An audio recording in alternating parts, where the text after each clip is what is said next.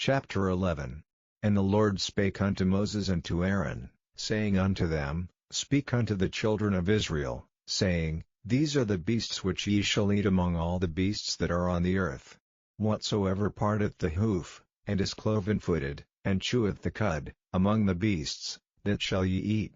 Nevertheless these shall ye not eat of them that chew the cud, or of them that divide the hoof, as the camel, because he cheweth the cud, but divideth not the hoof, he is unclean unto you. And the coney, because he cheweth the cud, but divideth not the hoof, he is unclean unto you. And the hare, because he cheweth the cud, but divideth not the hoof, he is unclean unto you.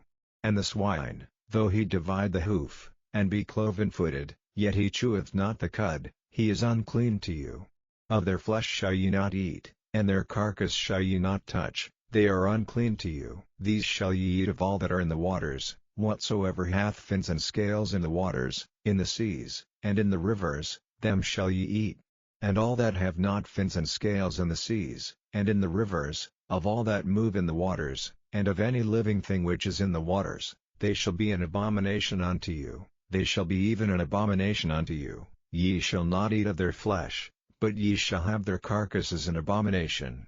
Whatsoever hath no fins nor scales in the waters, that shall be an abomination unto you. And these are they which ye shall have an abomination among the fowls, they shall not be eaten, they are an abomination, the eagle, and the ossifrage, and the osprey, and the vulture, and the kite after his kind, every raven after his kind, and the owl, and the nighthawk, and the cuckoo, and the hawk after his kind, and the little owl, and the cormorant, and the great owl, and the swan, and the pelican, and the gyre-eagle, and the stork, the heron after her kind, and the lapwing, and the bat.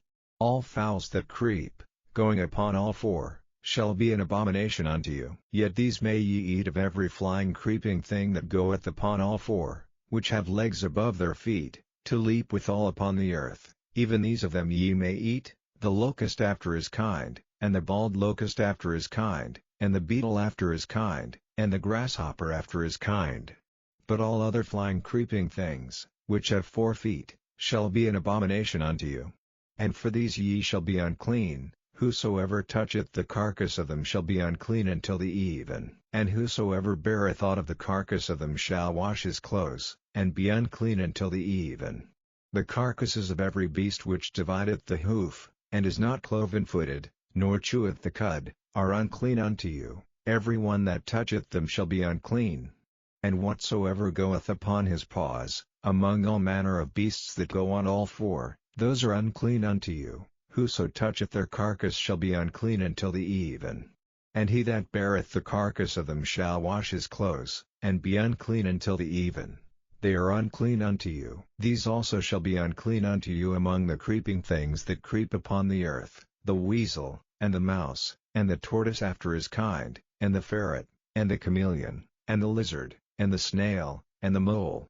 These are unclean to you among all that creep, whosoever doth touch them, when they be dead, shall be unclean until the even. And upon whatsoever any of them, when they are dead, doth fall, it shall be unclean, whether it be any vessel of wood, or raiment, or skin, or sack, whatsoever vessel it be, wherein any work is done, it must be put into water, and it shall be unclean until the even, so it shall be cleansed. And every earthen vessel, whereinto any of them falleth, whatsoever is in it shall be unclean, and ye shall break it. Of all meat which may be eaten, that on which such water cometh shall be unclean, and all drink that may be drunk in every such vessel shall be unclean. And everything whereupon any part of their carcass falleth shall be unclean, whether it be oven, or ranges for pots, they shall be broken down, for they are unclean, and shall be unclean unto you. Nevertheless a fountain or pit, wherein there is plenty of water, shall be clean, but that which toucheth their carcass shall be unclean. And if any part of their carcass fall upon any sowing seed which is to be sown, it shall be clean. But if any water be put upon the seed, and any part of their carcass fall thereon, it shall be unclean unto you. And if any beast, of which ye may eat, die, he that toucheth the carcass thereof shall be unclean until the even. And he that eateth of the carcass of it shall wash his clothes, and be unclean until the even. He also that beareth the carcass of it shall wash his clothes, and be unclean until the even. And every creeping thing that creepeth upon the earth shall be an abomination, it shall not be eaten.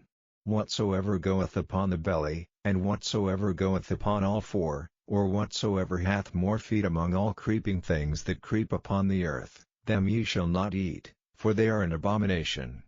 Ye shall not make yourselves abominable with any creeping thing that creepeth, neither shall ye make yourselves unclean with them, that ye should be defiled thereby. For I am the Lord your God. Ye shall therefore sanctify yourselves, and ye shall be holy, for I am holy. Neither shall ye defile yourselves with any manner of creeping thing that creepeth upon the earth. For I am the Lord that bringeth you up out of the land of Egypt, to be your God. Ye shall therefore be holy, for I am holy. This is the law of the beasts, and of the fowl, and of every living creature that moveth in the waters, and of every creature that creepeth upon the earth, to make a difference between the unclean and the clean, and between the beast that may be eaten and the beast that may not be eaten.